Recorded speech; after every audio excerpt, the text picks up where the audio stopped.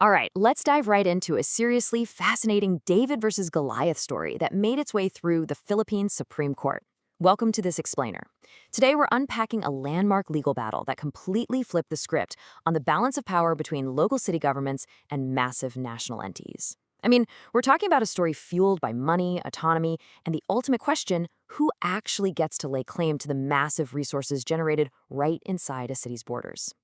Picture this for a second. You've got a relatively small local government that decides to send a massive tax bill to a monolithic national power company. Now, imagine that power company just flashing this metaphorical lifetime VIP tax-exempt badge, basically saying, hey, we only answer to the national government. So who wins that standoff? Does the local city actually have the right to demand a cut, or does the national giant just get a free pass forever? To really wrap our heads around the scale of this, just look at this staggering number, over 107 million pesos.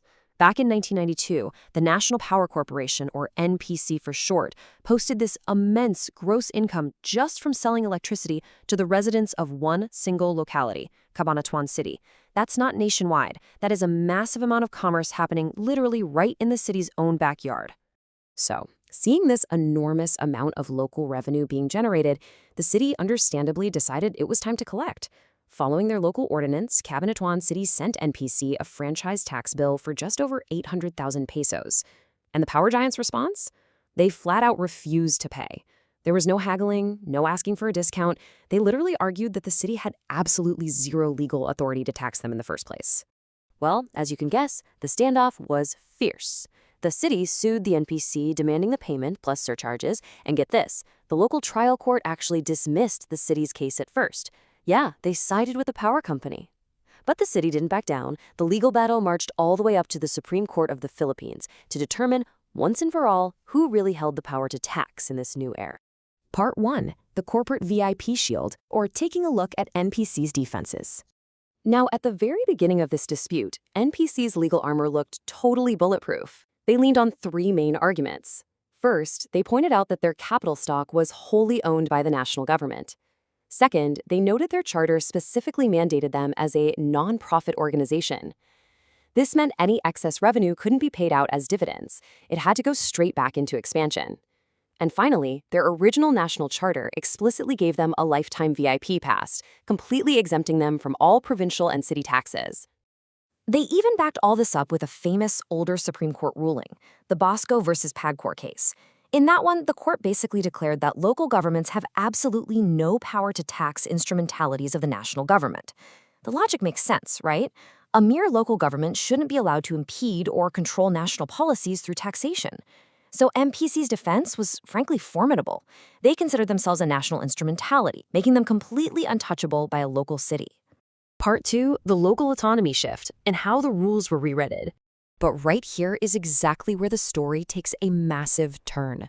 The Supreme Court pointed out that for a really long time, the country had this highly centralized government that basically bred a culture of dependence. Local leaders relied completely on the national government for their funds. But over the decades, we saw a massive paradigm shift. From the Barrio Charter way back in 1959, all the way up to the revolutionary Local Government Code of 1991, the entire nation had been moving steadily toward true local empowerment. The real watershed moment, though, was the 1987 Constitution. It completely changed the game. It shattered that old culture of dependence by flat-out decreeing that local government units must have the direct power to generate their own revenue to fund genuine local development. The framers of the Constitution realized a simple truth.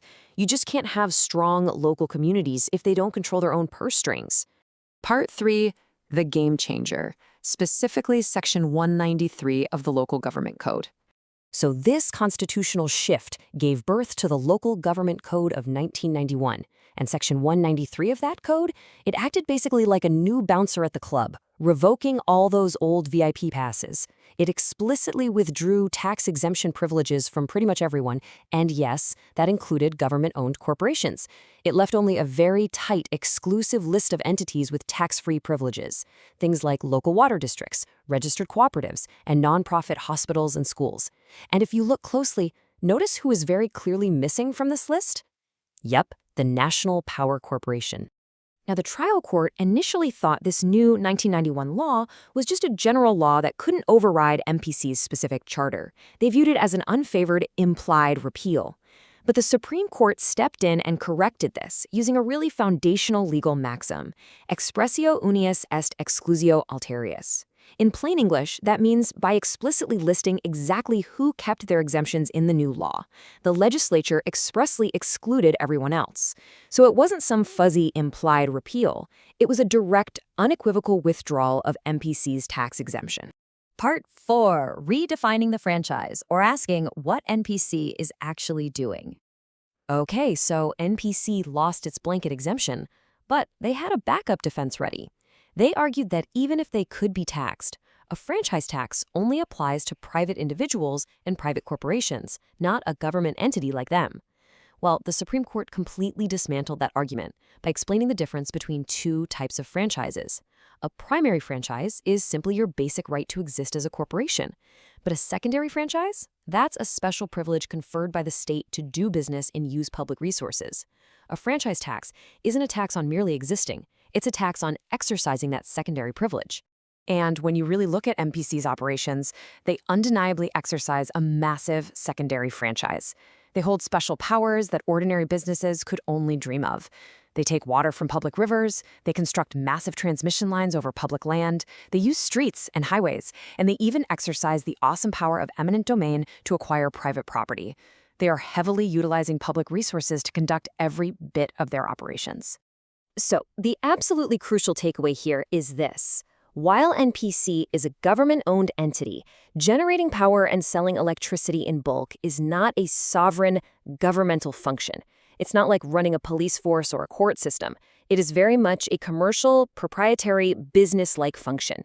Even though their profits are legally capped and have to be reinvested into their infrastructure, they are still operating as a business that is exercising a franchise privilege. Because of that, they fall squarely under the definition of a business liable for a local franchise tax. Part 5, the final verdict, where the Supreme Court rules for the city.